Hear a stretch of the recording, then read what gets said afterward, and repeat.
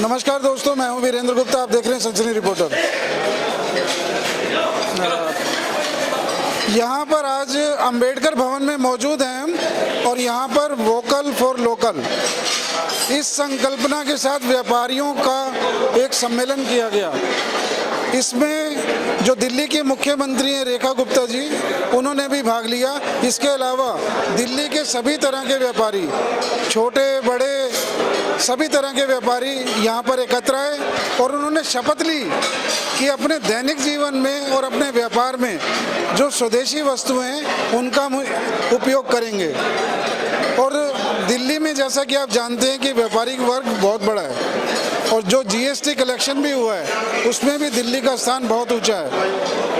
लेकिन अपने जैसे मोदी जी भी अपने कार्यक्रम में कई बार कह चुके हैं वोकल फॉर लोकल, और इसका उन्होंने बार बार उदाहरण दिया है कि जो हमारे हस्तशिल्प हैं, जो हमारे देसी व्यापार हैं, जो हाथ के कारीगर हैं, उनको प्रोत्साहन दिया जाना चाहिए। और ये प्रोत्साहन सिर्फ व्यापारी ही नहीं बल्कि जो आम जनता है वो भी अपने दैनिक कार्यक्रम में उसको अपना हिस्सा बनाए और देश की उन्नति में योगदान करे। सनसनी रिपोर्टर।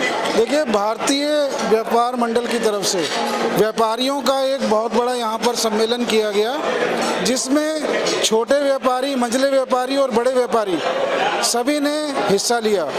और जो मोदी जी ने अपने मन की बात में भी कहा है वोकल फॉर लोकल, जितने भी भारत के या दिल्ली प्रदेश के व्यापारी हैं सब अपने कार्यकलापों में, और सिर्फ व्यापारी ही नहीं आम जनता भी अपने जो दैनिक के भी कार्यक्रम हैं, जो दैनिक की भी उनकी ज़रूरत की चीज़ें हैं, उनमें स्वदेशी का उपयोग ज़्यादा से ज़्यादा करें।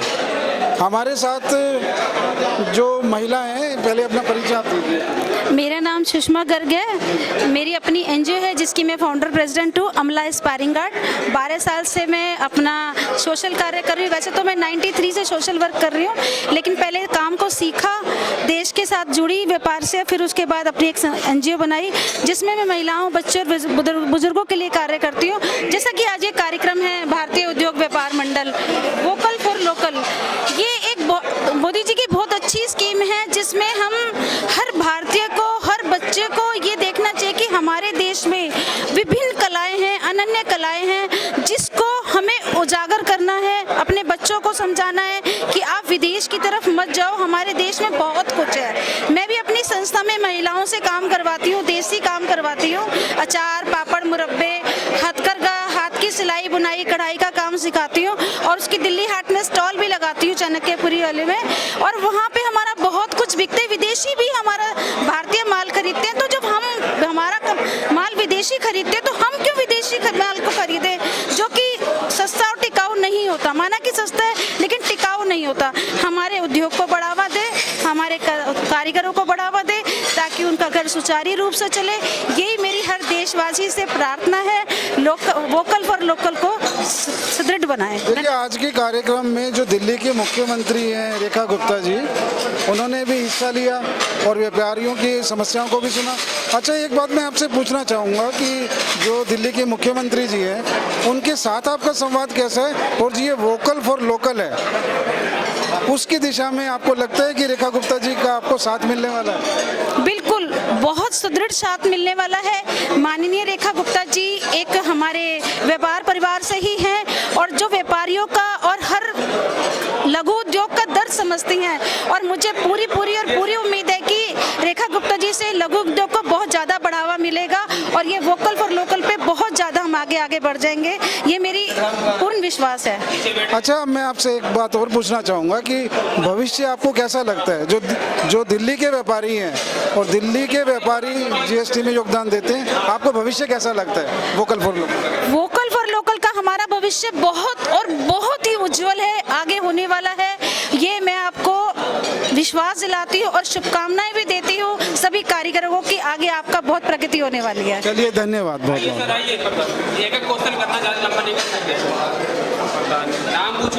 सर जी, पहले अपना परिचय दीजिए। मैं Pawan Kumar Goyal, Shri Agrasen cooperative society Jaidev park में प्रधान के पद पे कार्यरत हूँ। और अभी हमारी सोसाइटी में 27,000 मेंबर हैं और उसमें लगभग 90% लोग जो हैं वो व्यापारी हैं। तो आज जो ये व्यापारियों को शपथ दिलाई गई कि स्वदेशी का पालन करेंगे, आपको लगता है कि इसका प्रचार प्रसार होना चाहिए? बिल्कुल होना चाहिए।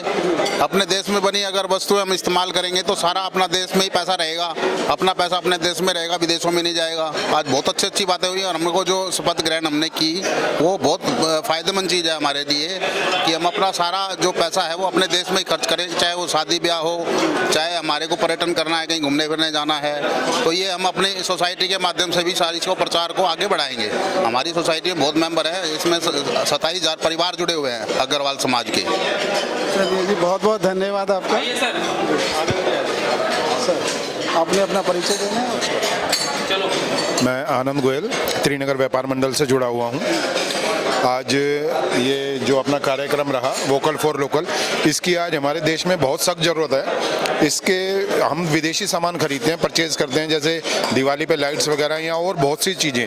हमें उन सब चीज़ों का बहिष्कार करके अपने देश में बनी हुई चीज़ों का ही उत्पादन बढ़ाकर और उन्हीं को हमें यूज़ करना चाहिए, जिससे कि हमारे देश के गरीब से गरीब तबके को तरक्की मिल सके। बहुत बहुत धन्यवाद। धन्यवाद। अब आओ जी, और भेज दीजिए। नमस्कार, मेरा नाम अंकुर सिंगल है। मैं वजीरपुर कंप्यूटर मार्केट एसोसिएशन से हूँ। आप जो ये कार्यक्रम आज का हुआ, ये किस उद्देश्य के लिए किया गया था? ये कार्यक्रम का उद्देश्य यही था कि व्यापारी बंधुओं को इकट्ठा करना तथा उनकी समस्याओं को एकजुट करके हमारी मुख्यमंत्री सीएम रेखा साहिबा के सामने रखना, क्योंकि हमारे लिए गर्व का विषय है कि 27 सालों के बाद हमको दिल्ली में एक महिला मुख्यमंत्री मिली जो कि व्यापारी वर्ग से बिलोंग करती है। तो वो हमारी व्यापारियों की जो समस्याएं हैं और जो व्यापार से रिलेटेड हमारी प्रॉब्लम है उनको समझेगी, जानेगी कि एक व्यापारी को अपना व्यापार चलाने में क्या क्या समस्या आती है और उनका समाधान हमारे माननीय प्रधानमंत्री जी के सामने रखेंगी और उसका एक सॉल्यूशन निकला जाएगा। इस विषय में आज का कार्यक्रम रखा गया जी। हाँ जी, ये लोकल फॉर वोकल के लिए हमने आज शपथ ग्रहण का कार्यक्रम रखा था, जिसके लिए हमने अपनी लोकल चीज़ों को बढ़ावा देने के लिए, लोकल जगहों पर जाने के लिए, लोकल सामान खरीदार करने के लिए, अपने जो हमारे जो घरेलू उद्योग, जो हमारे लोकल कारीगर हैं उनको बढ़ावा दिया जाए, उनकी जीविका को बढ़ा दिया जाए, उनकी रेवेन्यू बढ़ाया जाए।